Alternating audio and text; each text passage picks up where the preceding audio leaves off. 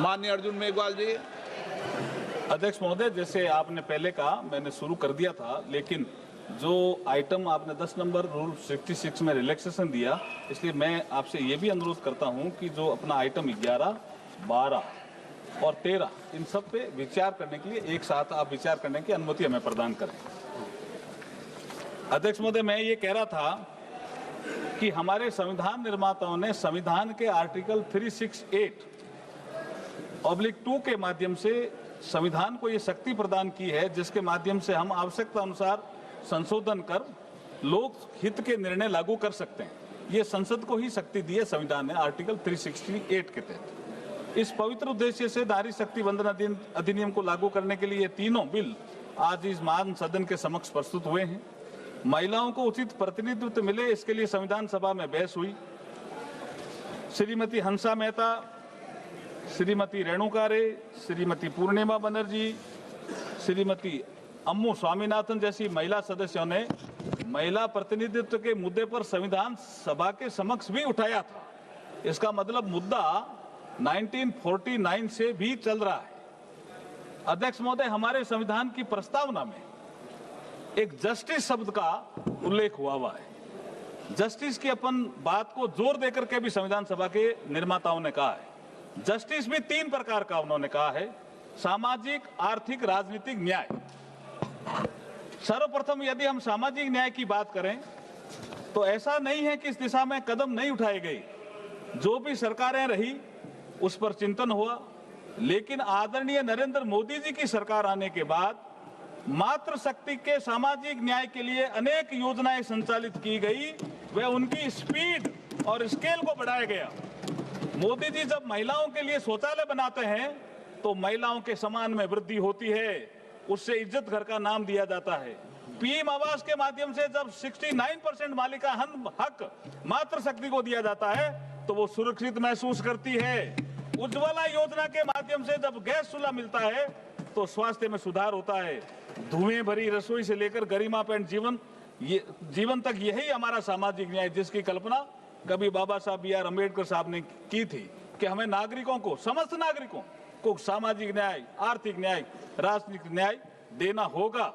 प्रधानमंत्री मातृ वंदना योजना के माध्यम से जब गर्भवती महिलाओं को पोषण मिलता है तो आने वाला भविष्य भी संवरता है। मैटरनिटी अवकाश को 12 सप्ताह से बढ़ाकर 26 सप्ताह किया जाता है तो पारिवारिक दायित्वों की पूर्ति का समय मिलता है। सशस्त्र सेनाओं में महिलाओं को जब स्थायी कमीशन प्रदान करने से राष्ट्र सेवा में डिफेंस फोर्सेज का अभिन्न हिस्सा बनती है तो महिलाएं सशक्त होने का एहसास महसूस करती है। इसी प्रकार हम आर्थिक न्याय की बात करें, मैंने अभी तक सामाजिक न्याय की बात करी, अब मैं आर्थिक न्याय की बात करता हूं। अगर आर्थिक न्याय की बात करें तो योजनाएं पहले भी बनी, लेकिन जब मोदी जी आते हैं 2014 में तो इन योजनाओं के क्रियान्वयन में और परिणाम में विजिबल चेंज नजर आता है। महिलाओं के लिए जनधन खाते, प्रधानमंत्री मुद्रा योजना, सुकन्या समृद्धि योजना, लखपति दीदी, मुद्रा योजना में तो 60% से ज्यादा महिलाएं आर्थिक रूप से सशक्त और समर्थ बन रही है। तो सेल्फ हेल्प ग्रुप और स्टार्टअप के संचालन में स्वयं निर्णय प्रक्रिया में भागीदार बनकर आर्थिक योजना में सहभागिता दे रही है। अध्यक्ष महोदय, ये सब क्यों संभव हो पाया? ये ऐसे ही नहीं हुआ। ये उस दृढ़ इच्छा शक्ति और पवित्र भावना का परिणाम है जो आदरणीय नरेंद्र मोदी जी मातृशक्ति के लिए रखते हैं। इसलिए हम कहते हैं कि हमारे पास नियत भी है, नीति भी हो और मोदी जी जैसे सशक्त नेता भी हैं। अध्यक्ष महोदय, यदि हम राजनीतिक न्याय की बात करें, अभी मैंने सामाजिक न्याय की बात करी, आर्थिक न्याय की बात करी और राजनीतिक न्याय की बात, ये संविधान का जो हमारा प्रीएम्बल है उसी में उल्लेखित है। अध्यक्ष जी, पहला शब्द ही न्याय है। तो हम राजनीतिक न्याय की बात करें तो सर्वप्रथम हमारे संविधान निर्माता बाबा साहब भीमराव अंबेडकर जी ने महिलाओं को राइट टू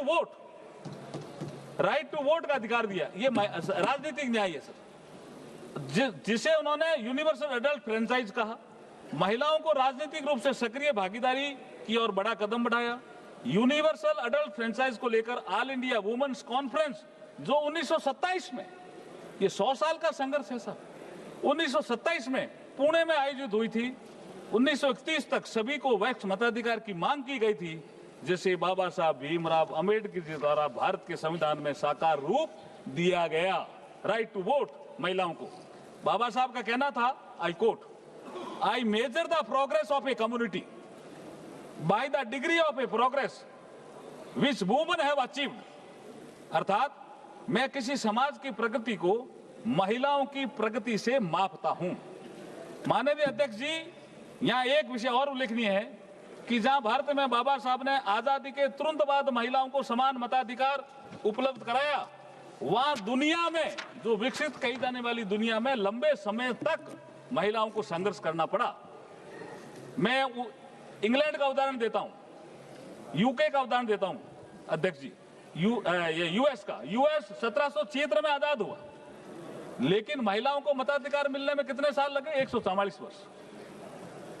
और यूनाइटेड किंगडम, इसमें तो 1918 में महिलाओं को मताधिकार दिया, लेकिन लिमिटेड कर दिया कि जो महिलाएं 30 साल से उम्र के अधिक हो या जिनका पति प्रॉपर्टी से संबंधित क्वालिफिकेशन रखता हो, उसको दिया। और उसके 10 साल बाद 1928 में द इक्वल फ्रेंचाइज एक्ट के माध्यम से 21 वर्ष से अधिक आयु की महिलाओं को समान मताधिकार मिला। राइट टू रिप्रेजेंटेशन बाबा साहब का मूल वाक्य हुआ करता था। आज हमारे यशस्वी, तपस्वी, कर्मयोगी प्रधानमंत्री श्री नरेंद्र मोदी जी इसी दिशा में सोच रहे हैं। इसी कारण मातृशक्ति को नीति निर्माण में भागीदार बनाने के लिए महत्वपूर्ण बिल पेश हुए हैं। ये बिल महिलाओं के समान भागीदारी के पॉलिटिकल जस्टिस को पूरा करेगा।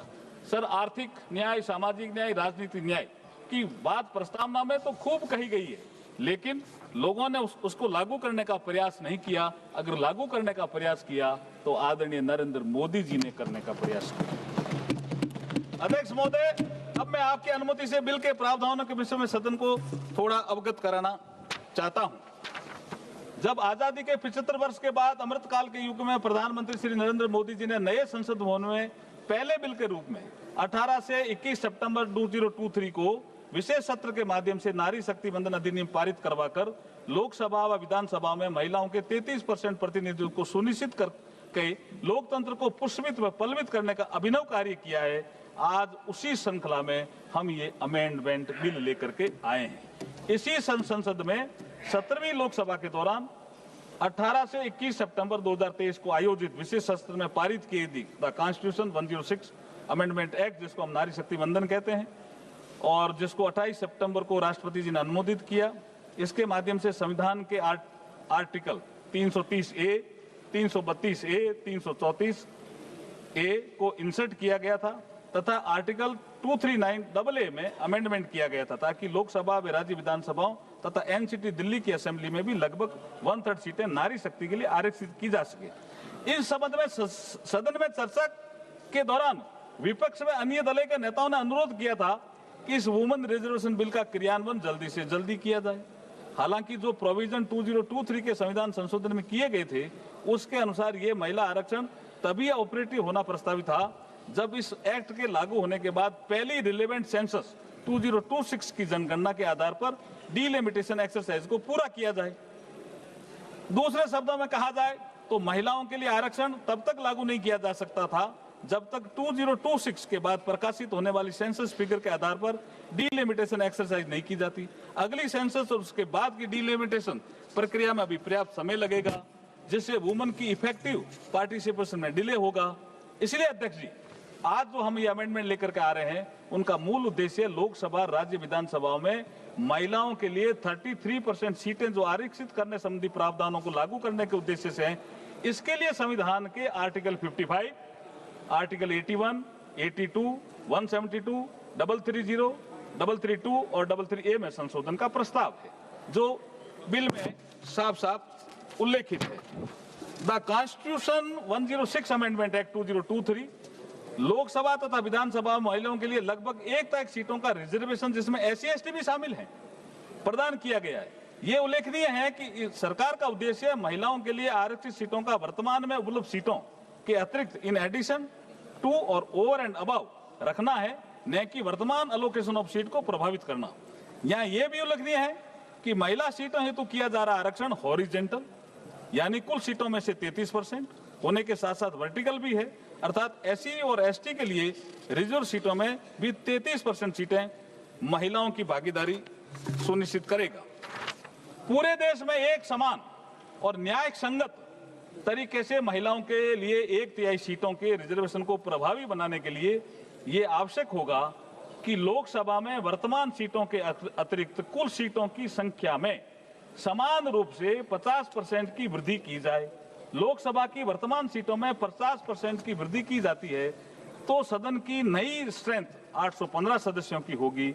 इसमें से 272 सीटें महिलाओं के लिए आरक्षित होगी, जो कुल 815 सीटों का 1/3 है।